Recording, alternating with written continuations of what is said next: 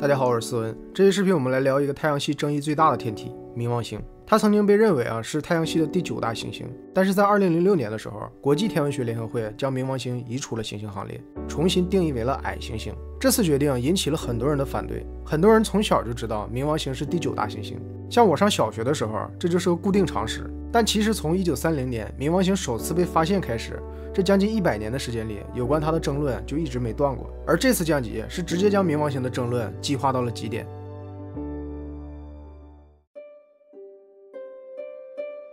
要说冥王星是怎么被发现的，咱们还得从海王星说起。海王星是1846年被发现的，起因是天文学家观测到天王星的轨道出现了偏差，但是当时已知的太阳系结构没法解释这些偏差，所以天文学家猜测可能是有个未知的天体通过引力影响了天王星的轨道。然后在这个假说的基础上，有2个数学家亚当斯和勒维耶通过计算找到了海王星，这也是牛顿力学的一次胜利。但是天文学家很快就发现仅凭海王星的质量并不能完全解释天王星出轨的问题，而且就连海王星自己的轨道都出现了偏差。那有了之前的经验，这次大家就顺理成章地认为海王星附近肯定还有其他没发现的行星影响了海王星的轨道。于是呢，很多人就开始计算这颗未知的行星，因为都想复制勒维耶的成功嘛，成为发现太阳系第9个行星的人。但是成功是不可复制的，从19世纪中期到20世纪这50多年的时间里，就没一个人算出来的。直到1929年，美国亚利桑那州洛尔天文台来了一个年轻人，叫克莱德·汤博。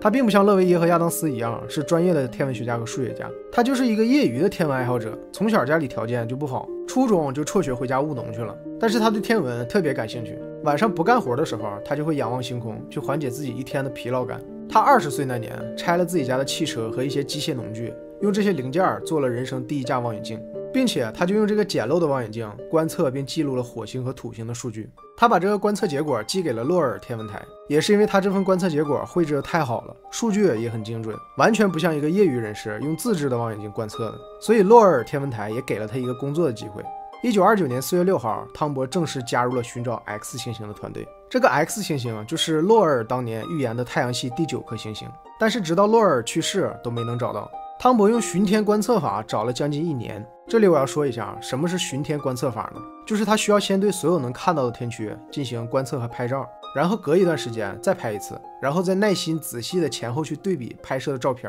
看照片上有没有位置发生移动的天体。很笨的一种方法是吧？但是当时也没有更好的方法了他当时用了一种叫做眨眼比较器的装置进行人工比较，非常的耗费人力和时间。不过好在功夫不负有心人。1930年2月18号这天，汤博在拍摄的照片上发现了一个可能在移动的物体，就在洛尔预测的位置附近。那个时候天文界对这些天体的定义还比较模糊，不动的天体就是恒星，能动的天体不是行星就是彗星或者小行星，所以他们认为这就是洛尔预言的第9个行星。1930年3月13号，洛尔天文台正式宣布发现新行星。这一经公布马上就收到了1000多个命名建议。经过投票，最终选择了普鲁托。这是英国的一个11岁小女孩凯瑟琳·伯尼提出来的。她说这个行星距离太阳如此遥远，很可能就像冥府一样阴冷黑暗，所以用罗马神话中的冥府之神普鲁托命名非常合适，相当于希腊神话中的冥王哈迪斯，中文译作冥王星。但是冥王星被发现仅1个多月后，就出现了质疑的声音。很多人说它并不是洛尔预言中的 X 行星，甚至连行星都不是。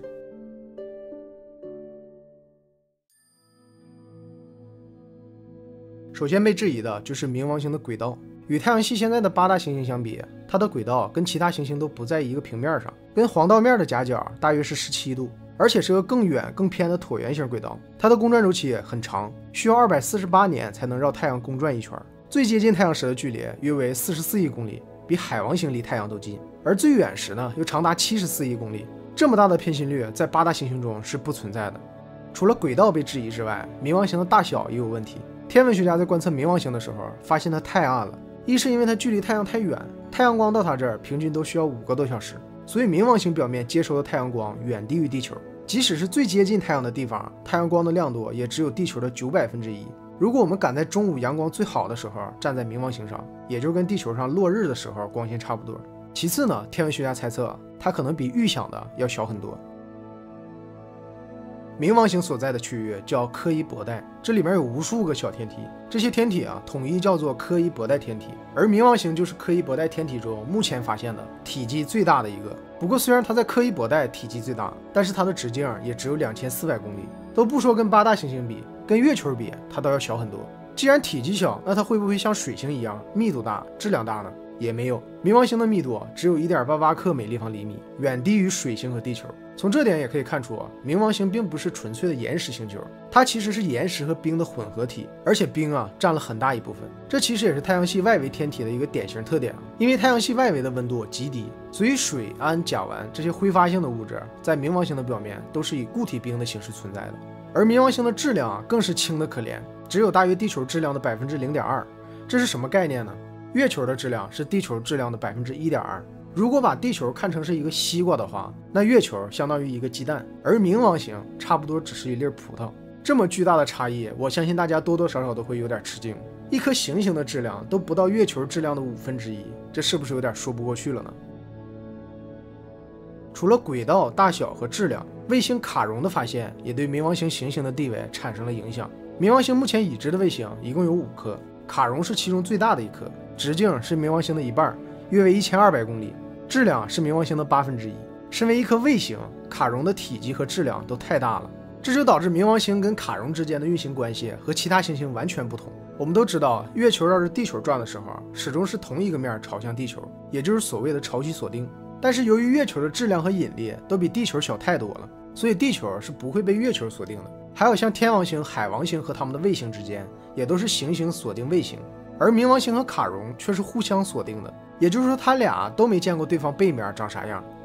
卡戎是1978年7月7号美国的天文学家詹姆斯·克里斯蒂发现的。卡戎这个名字来自希腊神话，是冥王哈迪斯手下的摆渡人，就是人死之后给灵魂撑船的船夫。古希腊人会在死者的嘴巴上面放一枚卡戎的银币，作为亡魂给卡戎的过河钱。如果这个死者没带上卡戎的银币，那他的亡魂要在冥河岸边徘徊100年才能过河。那么在了解了以上信息后，大家觉得冥王星该不该列为行星呢？其实有关冥王星的争议，如果说它只是质量小、卫星大，倒也不至于剥夺它行星的身份，没必要因为这些去改变太阳系9大行星的常识。但是直到2005年1月5号，美国的天文学家迈克尔·布朗在柯伊伯带发现了一个质量比冥王星还大的天体，就是系神星。它的体积比冥王星略小，但是质量比冥王星大了27%。那按照之前的规定，系神星也应该被归类为一颗新行星。但是还没等确定系神星的归类，2个月后，布朗团队又发现了一个天体，就是鸟神星。紧接着2天后，他们又宣布发现了壬神星。如果说冥王星应该被归类为行星，那这些天体算什么呢？是不是都应该归类为行星呢？那照这样下去，柯伊伯带还有那么多天体，今后每发现一个新天体都归类为行星的话，那太阳系行星的轨道不乱套了吗？太阳系行星的认定不应该这么随便。所以这件事就引出了一个问题，就是行星的定义到底是什么？2006年8月，国际天文学联合会正式给行星下了定义。太阳系中的天体必须要满足3个条件才能叫做行星。第一，它必须绕着太阳转，这点其实大部分天体都满足。第二，它必须是个球体，这点说明它的质量和引力都足够的大，才能把自己压成一个球。那这点其实就排除了一部分天体了。第3条也是最重要的一条，就是它必须能够清除轨道上除了卫星以外的其他天体。这点也可以这么理解就是这个天体必须要在它的轨道上起主导地位，在这个轨道上没有任何其他天体能跟它相提并论，其他天体必须要比它小很多，或者绕着它转。比如地球，地球的轨道上有没有其他天体？也有，但是地球的质量是这些天体质量总和的170多万倍，所以地球在自己的轨道上那就是老大。但是冥王星在它的轨道上就起不了主导作用，冥王星的质量要远小于它轨道上其他天体的质量总和，而且它还跟卡戎互相潮汐锁定，所以冥王星满足前2个条件，但是不满足第3个。所以会议最终的投票结果是，冥王星被移出了行星行列，重新定义成了矮行星。这个矮行星的定义也是这次会议创造的一个新的定义，就是满足第1条和第2条，但是不满足第3条的天体就是矮行星。虽然行星现在已经有了明确的定义，但是对于这次会议的结果，自然是有人赞成，也有很多人质疑和反对的。赞成的人都有谁呢？比如发现系神星的迈克尔·布朗，他就很赞成这次会议的决定。他说早就应该这么干了。人类对于行星一直都没有明确的定义，这次定义呢，就是人类宇宙探索的进步。还有一个叫做艾伦斯特恩的科学家坚决持反对意见，他说他绝对不会接受新的行星定义。那这个艾伦斯特恩是干啥的呢？他就是冥王星探测器新视野号的首席研究员。虽然那个时候已经是2006年了，但是人类对于冥王星的了解还是非常少，甚至连一张像样的照片都没有。大家可能会奇怪说，1930年就已经发现冥王星了，为什么到了21世纪，人类还没有发射探测器到冥王星呢？原因其实很简单，就是太远了，探测难度非常大。在2004年的时候 ，NASA 其实就制定过一个叫冥王星柯伊伯快车号的探测任务，但是最后呢，由于资金不足，任务取消了。但是斯特恩团队并没有放弃，他们是到处求资金拉赞助，直到2年后，斯特恩团队开发的新视野号才成功发射。而且这个探测器上还带上了汤博的30颗骨灰，为了纪念他在1930年发现了冥王星。而斯特恩之所以坚决反对冥王星降级，是因为新视野号发射的时候是以探测行星的身份去的，结果刚发射半年，探测器还没到冥王星呢，这边直接给降级成矮行星了。那冥王星的探测价值和意义在斯特恩心里就大打折扣了。新视野号经过木星引力的加速，在2015年的7月14号到达了冥王星。这是新视野号拍摄的第一张冥王星照片，大家应该都注意到了啊。这张照片里的冥王星有一个非常明显的心形区域，这个区域叫做汤博区，也是为了纪念冥王星的发现者克莱德·汤博。汤博区左边这半个心叫斯普特尼克平原，大家听这个名是不是有点熟悉？没错，就是人类发射的第一个人造卫星斯普特尼克1号，苏联的那个啊。这个平原的地理位置就在冥王星赤道附近，宽度大约是1000公里，地表成分主要是氮冰、甲烷冰还有一氧化碳冰组成的冰川，是目前太阳系中已知最大的冰川。在这个平原的西南方向有一片山脉叫希拉里山脉，最高山峰有1600米，是为了纪念第一个登上珠穆朗玛峰的人埃德蒙·希拉里，用他的名字命名的。经过新视野号的探测，发现冥王星表面98%都是氮冰，最低温度可以达到零下240摄氏度，地形主要是山脉、山谷、平原和陨石坑。冥王星上的最高峰只有3000多米，说是山脉，其实就是大块的水冰。还有它的表面积约为1665万平方公里，跟俄罗斯的面积差不多，比俄罗斯还小一些。除此之外，还探测到了它有一个很大的岩石内核，直径约为1700公里，是冥王星直径的70%。最外层主要是氮冰构成的地壳，在内核和地壳之间可能还存在一个液态海洋。这种海洋的存在，据推测是因为冥王星的内核中放射性元素在衰变的过程中产生了热量，再加上地壳冰层的隔热效果，尽管冥王星表面温度极低，但这里可以使水保持液态。由于它这种高度偏心的椭圆形轨道，所以当冥王星接近太阳的时候，它表面的冰层就会升华，暂时形成一个比较薄的大气层。大气成分就是氮气、甲烷和一氧化碳，大气压只有地球的100万分之一。而当它远离太阳的时候，冥王星就会变得更冷一些。这期间呢，它大部分的大气就会结冰，最终会以雪的形式落到地表。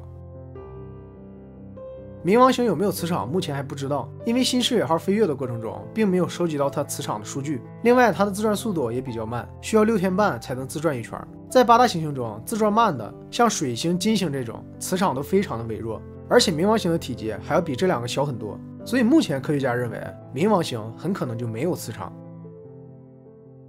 新视野号在发回冥王星的照片之后，没有停留太久，很快就飞越了冥王星。这是他在跟冥王星告别时拍摄的照片。照片中可以看到太阳光穿过冥王星大气层时形成了一个蓝色光环，而且大家仔细看的话，还可以看到冥王星表面的山脉。除了冥王星，新视野号还探测了冥王星的5颗卫星，收集了很多卡戎的数据。飞越冥王星和卡戎之后，新视野号的任务并没有结束，它将继续探测一个柯伊伯带的小行星阿罗克斯。2019年1月1号，它飞越了阿罗克斯，这是人类有史以来探测的太阳系内最远的目标。这个小行星表面呈现淡红色，由2个球体组成，很像我们堆的雪人啊。从头到尾的总长度为35公里，连斯特恩看到之后都不禁说了一句：“以前在太阳系从来没见过这样的东西。”新视野号也是有史以来发射速度最快的航天器，它离开地球时的速度达到了每小时59000公里。不过它并不是离开太阳系最快的航天器，到目前为止，离开太阳系最快的探测器依然是旅行者1号。新视野号目前仍然在全力飞行中，它也是第5个到达太阳系逃逸速度的探测器。另外4个分别是先锋10号、先锋11号、旅行者1号和旅行者2号。不过先锋10号和先锋11号早就已经联系不上了，而旅行者1号在去年年底也已经失联了。所以目前只有旅行者2号和新视野号还能向地球发送数据，这2个探测器预计都能坚持到2030年左右。冥王星最终虽然还是没能保住它行星的地位，但是冥王星获得的关注并没有因此减少，反而因为它是不是行星的争论占据了更多公众和科学界的视野。从这些年人类对冥王星定义的变化中可以看出，人类对整个太阳系的认知是越来越深入了。那随着人类科技的进步和未来探索任务的实施，我们对冥王星的认识也会更加深入。而且无论冥王星是不是行星，这终归只是人类对它的定义，它始终都是太阳系中的一员。所以让我们保持对宇宙的敬畏和好奇心，继续探索，期待在未来人类能够解开更多关于冥王星乃至整个宇宙的秘密。